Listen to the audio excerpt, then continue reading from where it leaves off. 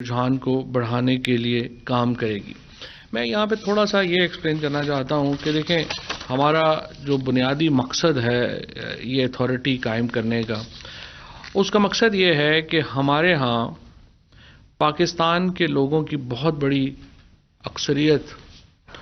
90% سے بھی زیادہ، جو سارے زیادہ سے یہاں پہ ظاہر ہے مسلمان ہیں، اور مسلمانوں میں جو 100% مسلمان ہے، گناہ گار ترین بھی کوئی شخص ہوگا تو اس کا بھی جو دل ہے وہ رسول اللہ صلی اللہ علیہ وسلم کی محبت کے جذبات سے خالی نہیں ہے، اور ایک دیوانہ وار لوگ جو ہیں وہ اپنے نبی صلی اللہ علیہ وسلم سے محبت کرتے ہیں۔ اب ان کی جو سیرت ہے، ان کا جو کریکٹر ہے، جو ان کا وہ رحمت، جس طرح پرائم منسٹر صاحب نے اس دن یہاں پہ تقریر کی اور بتایا کہ کس طرح وہ ایک رحمت للعالمین کا، اور وہ رحمت المسلمین نہیں ہے، رحمت للعالمین ہے۔ یہ تشخص اس طریقے سے پاکستان میں اجاگر نہیں ہو سکا اب تک۔ بہت سارے لوگ جو ہیں ہم صرف پڑھتے ہیں ان کو ایک مذہبی حوالوں سے، لیکن اپنی زندگیوں میں وہ ٹرانسلیٹ نہیں ہو سکا۔ سو اس اتھارٹی کا مقصد یہ ہے کہ ہم جو سیرت النبی ہے صلی اللہ علیہ وسلم، اس سے ہم سبق سیکھیں اور اس کو اپنی عمومی زندگیوں میں لانے کی کوشش کریں۔ اور یہ ایک روایتی اتھارٹی نہیں ہوگی، اس کے اندر دنیا کے بھی ٹاپ سکولرز جو ہیں وہ شامل ہوں گے، پاکستان کے بھی جو ٹاپ سکولرز ہیں وہ شامل ہوں گے۔ یعنی یہ صرف کوئی ایک طبقاتی ایک نئی اتھارٹی نہیں ہم نے بنا دی، یہ ایک جان بوجھ کر ایک بڑی سوچی سمجھی ایک جو بیانیے کی ایک کوشش ہے، اور ہم یہ چاہتے ہیں کہ یہ جو بیانیہ جو ہے وہ جو رسول اللہ صلی اللہ علیہ وسلم کی زندگی ہے اس پہ عبارت ہو، اور ہم لوگوں کو بتائیں کہ کس طرح اسلام جو ہے وہ محبت کے راستے میں پھیلا تھا، وہ رحم کے راستے میں پھیلا تھا، وہ دوسروں کی عزت اور احترام کرنے کے اوپر پھیلا تھا، وہ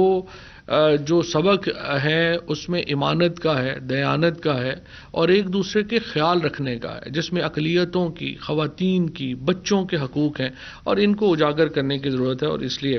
اس اتھارٹی کے قیام کی منظوری دی ہے۔ اس کے بعد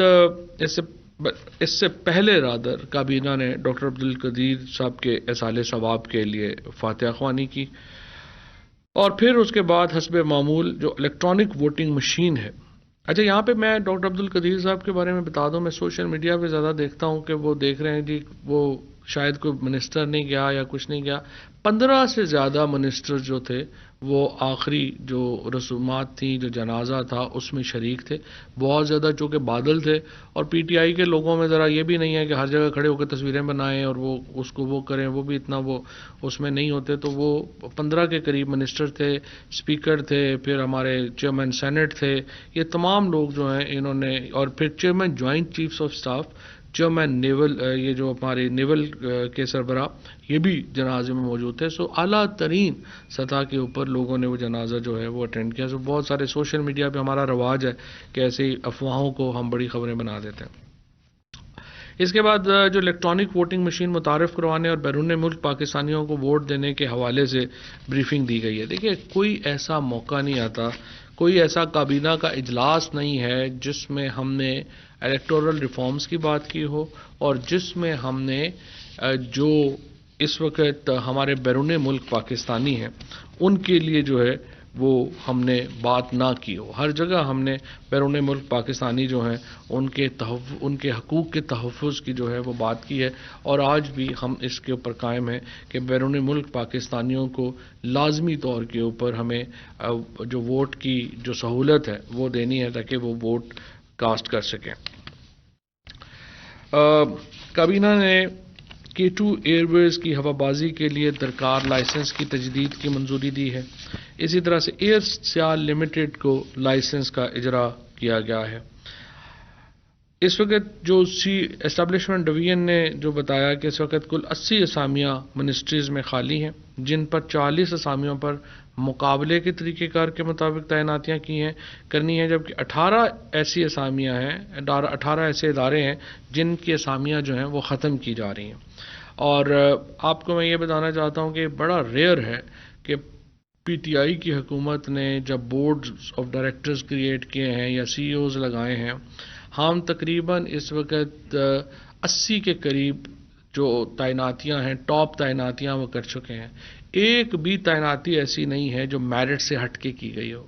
ایک بھی تعیناتی ایسی نہیں ہے جس کے اوپر لوگوں کو عدالتوں میں جانا پڑے، ایک بھی تعیناتی ایسی نہیں ہے جس کو چیلنج کیا گیا ہو۔ سو یہ ایک بہت فرق ہے۔ پچھلے حکومتوں میں ہر تعیناتی عدالت میں جاتی تھی کیونکہ وہ میرٹ سے، پروسیس سے علیحدہ ہو کے ہوتی تھی۔ تو ایک بہت بڑی تبدیلی ہے جو پی ٹی آئی کی حکومت نے کی ہے، اور یہ بھی آج ہی کہا ہے کہ ان کی تعیناتیوں کا جو طریقہ کار ہے وہ مکمل اور شفاف ہوگا۔ ایک بہت ہی اہم ڈیولپمنٹ میں آج جو اسلام آباد پولیس ہے اس کے اندر ایک نیا یونٹ کریٹ کرنے کے حوالے سے پریزنٹیشن دی گئی ہے، جس کا مطلب یہ ہے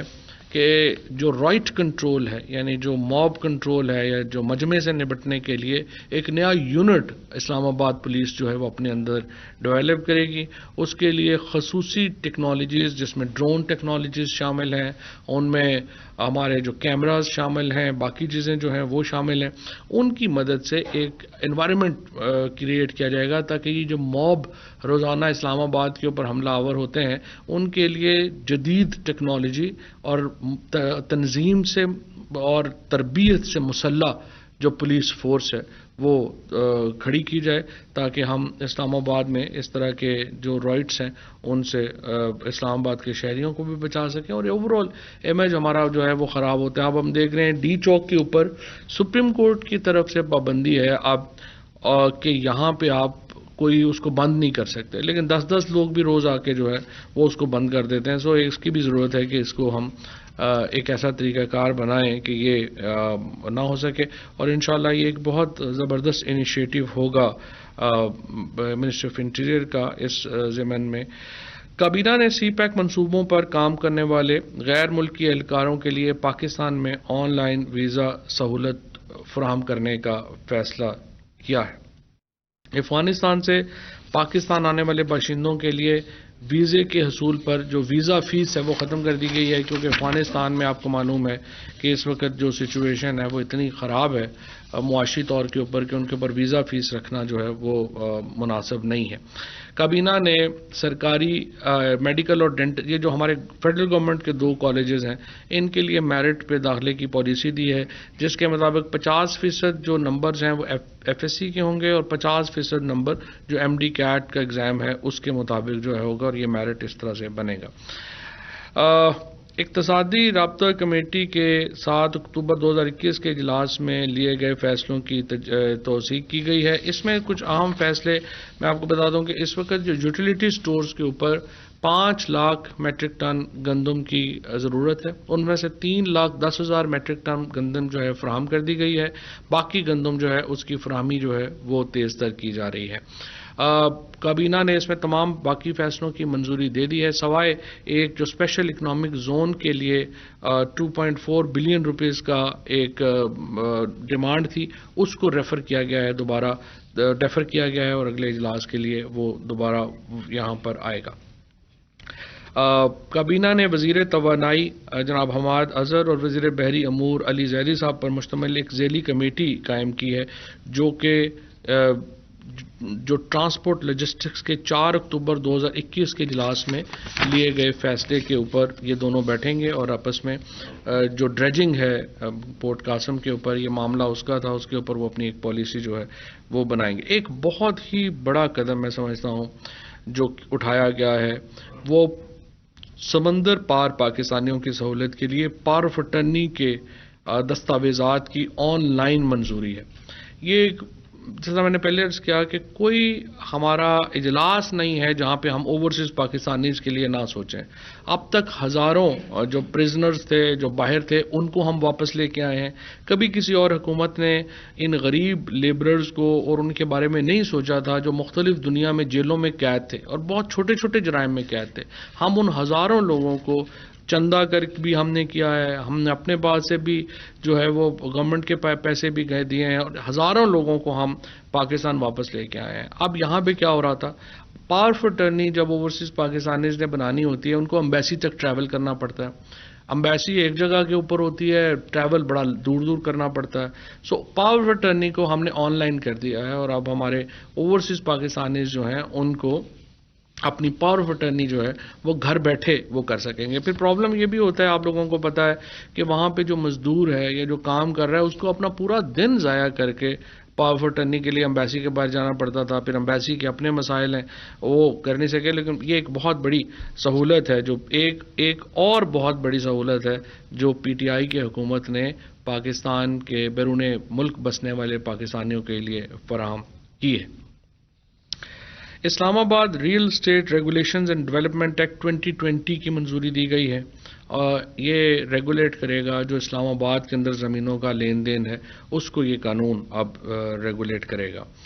کابینہ نے افغانستان کے تاجروں کی سہولت کے لیے افغان تاجروں کو پاکستان بزنس ویزا کی فہرست میں شامل کرنے کا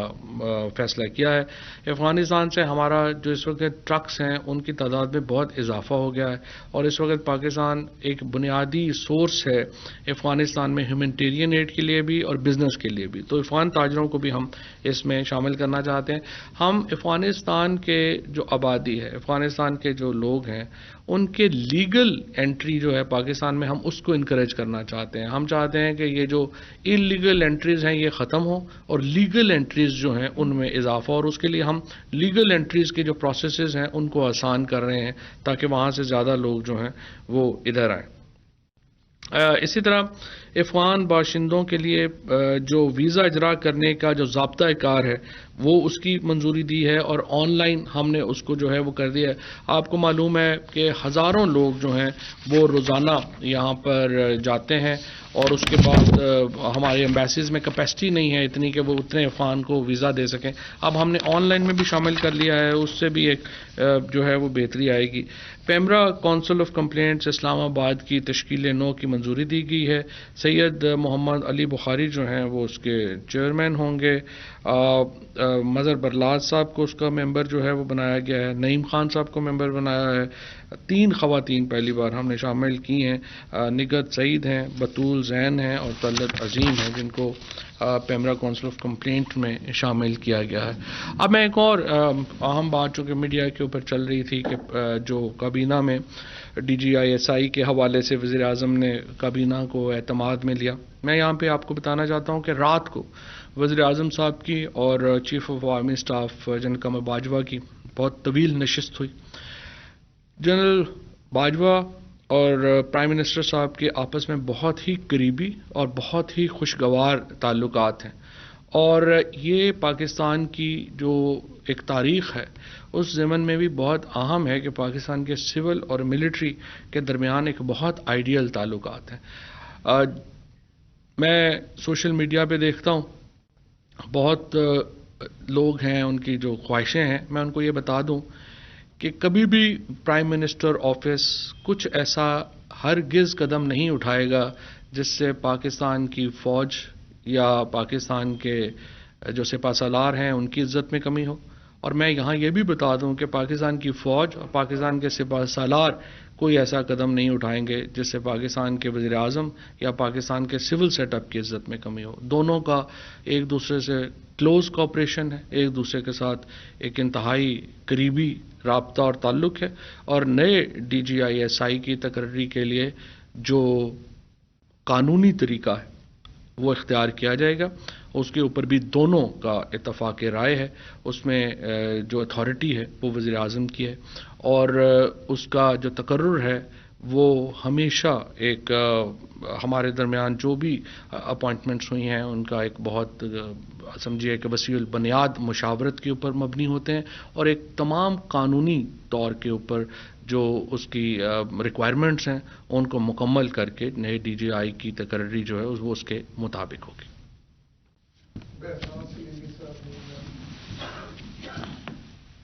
چلو صاحب، آپ نے یہ تو کلیئر کر دیا، لیکن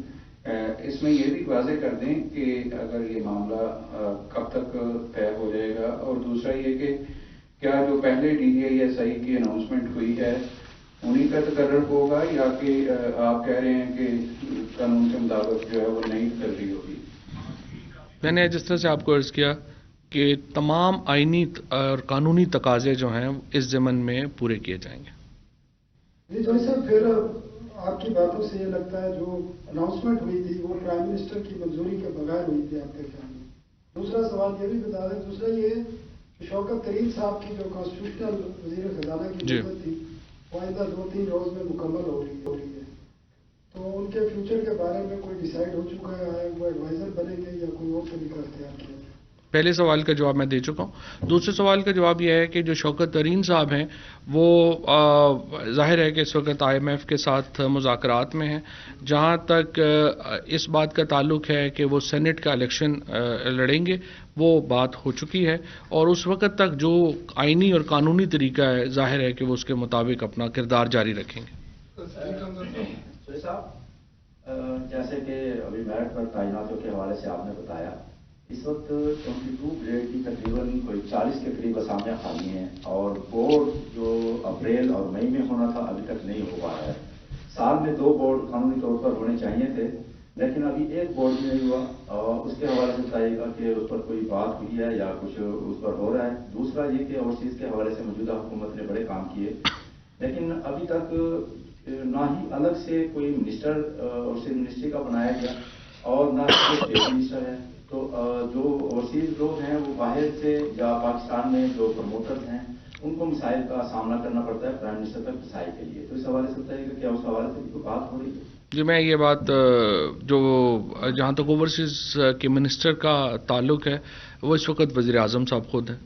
اور جہاں تک بورڈ کا تعلق ہے اسٹیبلشمنٹ ڈویژن سے میں پوچھ کے آپ کو بتا پاؤں گا کہ وہ بورڈ ابھی تک نہیں ہوا، اور اگر نہیں ہوا تو کب تک متوقع ہوا۔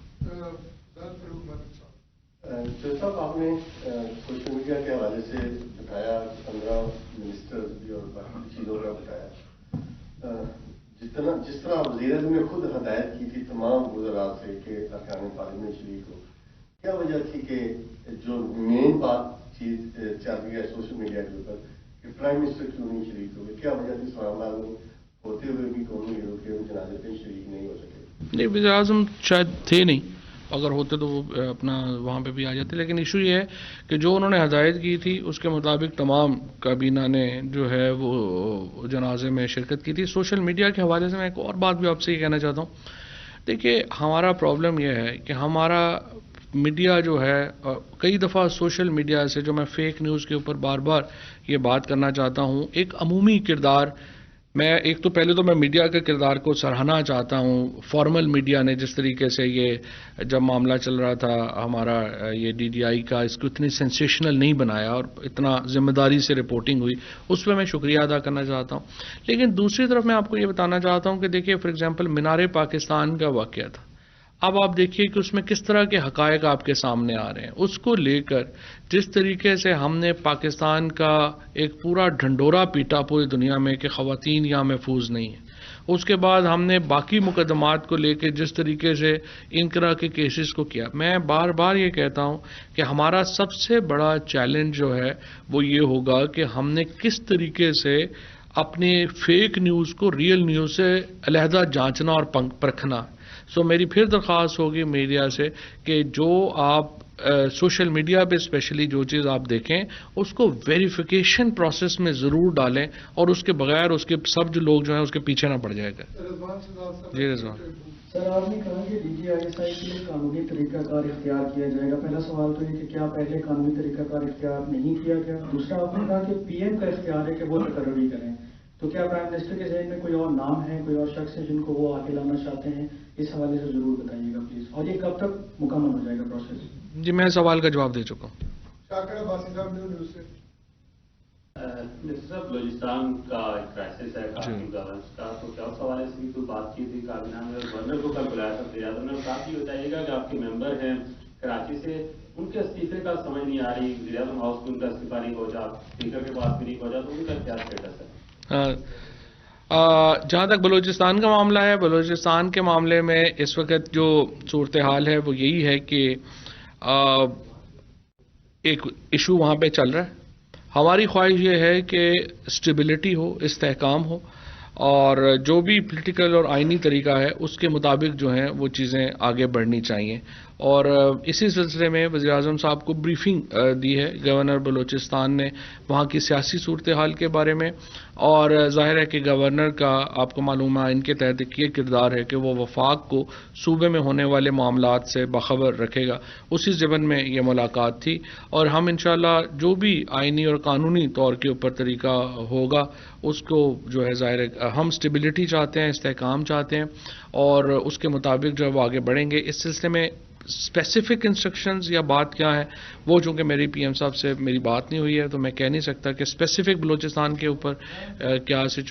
پر ہم نے کیا پوزیشن ہوگی، لیکن ہم ظاہر آئین اور قانون کے مطابق چلیں گے. جہاں تک استعفے کی بات ہے، کئی دفعہ ہوتا ہے کہ اخبار میں یا ادھر ادھر خبر آ جاتی ہے لیکن وہ استعفیٰ پہنچتا نہیں ہے، تو اس کے مطابق دیکھ لیتے ہیں. وزیراعظم اسپیکر صاحب سے کل میری بات ہو رہی تھی البتہ، تو انہوں نے مجھے کہا ہے کہ استعفیٰ اسپیکر آفس میں کبھی بھی نہیں پہنچا، کسی کا بھی نہیں پہنچا. تو آپ دیکھتے ہیں. وفاقی وزیر اطلاعات فواد چودھری اس وقت کابینہ اجلاس کے بعد میڈیا بریفنگ دے رہے ہیں. فواد چودھری کا کہنا ہے کہ اوورسیز کی منسٹری اس وقت وزیر اعظم کے پاس ہی ہے، اور اس کا یہ بھی کہنا تھا کہ میڈیا سے گزارش ہے سوشل میڈیا پر چلنے والی خبروں پر دھیان نہ دیا جائے. وزیر اعظم آرمی چیف کے درمیان بہت سی زیادہ خوشگوار تعلقات ہیں. وزیر اعظم آفس کبھی ایسا قدم نہیں اٹھائے گا جس سے پاکستان کی فوج پر کوئی حرف آئے. کل رات وزیر اعظم اور آرمی چیف کی طویل نشست ہوئی ہے. فواد چودھری کا کہنا تھا کہ وزیر اعظم آرمی چیف کے درمیان بہت ہی زیادہ خوشگوار تعلقات ہیں. فواد چودھری نے مزید کہا کہ وزیر اعظم آفس کبھی ایسا قدم نہیں اٹھائے گا جس سے پاکستان کی فوج یا سپہ سالار کی عزت میں کمی ہو. فواد چودھری نے نیوز کانفرنس کے دوران مزید کہا کہ نئے ڈی جی ISI کی تعیناتی کے لیے قانونی طریقہ اختیار کیا جائے گا.